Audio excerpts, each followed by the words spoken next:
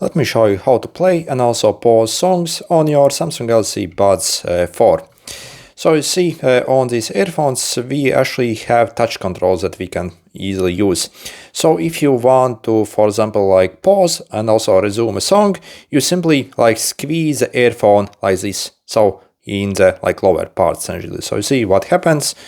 So if I will squeeze it, for example, the song will start playing. But if I squeeze it again like this, I see the song stops. So again, simply like squeeze this area. You should also feel a tiny haptic feedback as well. So tiny vibration when you actually do it successfully. So you see again, if you squeeze it, it pauses. And also, yeah, like pause and resumes here. So yeah, absolutely awesome. Also, if you want to configure these touch controls, you can go in your settings. So you see, you have them here.